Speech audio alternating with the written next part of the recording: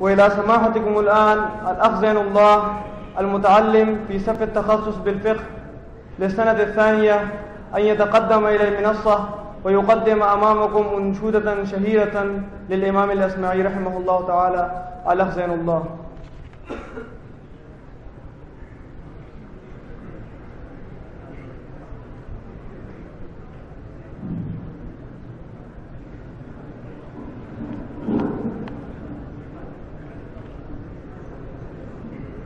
السلام عليكم ورحمة الله وبركاته.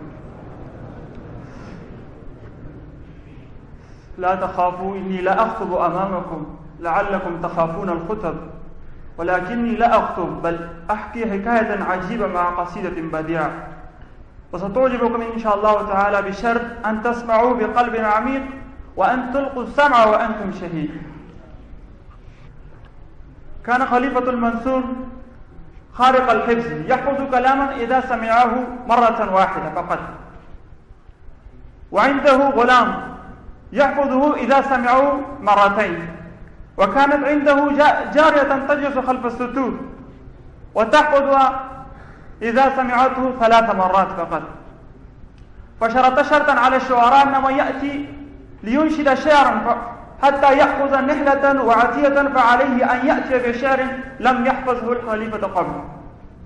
فيأتي الشاعر ويقول الشعر، فيقول الخليفة: إني قد سمعتها منذ أمد بعيد،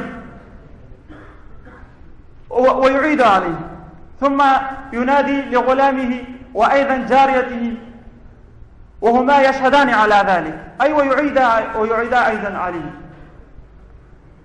فأصاب الشعراء القلق، فمر بهم الأصمعي يوما فقال: ما الأمر؟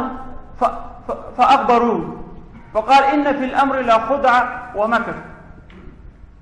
فألف قصيدة أسب القصائد ودخل على الخليفة وقال: إني شاعر فحل من أرض المرسل. فقال له الخليفة: أتعرف الشروط؟ فقال: نعم أعرف الشروط وأعرف الجائزة أيضا. فقال له الخليفة: قل. فقال: صوت سفير البلبل هيج قلبي السمل، الماء والزهر مع زهر لهذ المقل، وأنت يا سيد لي وسيدي ومولى، فكم تيمني غذيل عقيقلي، قطبته من وجنة من لثم ورد الخجل. فقالت: لا لا لا لا لا، وقد غدا مهرولي، والخوذ مالت طربا من فعل هذا الرجل. فولولت وولولت ولي يا ويللي، فقلت: لا تولولي وبيني اللؤلؤ لي. قالت له حين كذا: انهز وجد بالمقل، وفتية سقونني قهوة كالعسلل، شممتها بأنف أزكى من القرنفل، في وسط بستان حلي بالزهر والسرور لي، والعود دندن لي، والطبل طبطب لي، طبطب لي، والسقف قد سقسق لي، والرقص قد طاب لي، شوا وشاهش على ورقص فرجلي، وغرد القمري يصيح ملل في ملل، ولو تراني راكبا على حمار أهزل، يمشي على 3 كمشية العرنجل، والناس ترجمجملي في السوق بالقلقلل، والكل كعكع خلفي ومن حويللي، لكن مشيت هاربا من حشية العقنقل إلى لقاء ملك معزم مبجل، يأمر لي بخلعة حمراء كالدمدمل، أجر فيها ماشيا مبغضدا للذيل، أنا الأديب الألمعي من حي أرز الموسل، نظمت قطعا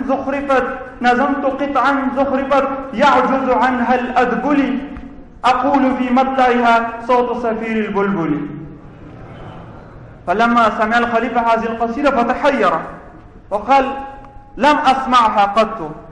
فنادى غلامه وأيضا جاريته فقال: والله يا مولاي ما سمعنا بهذا قط.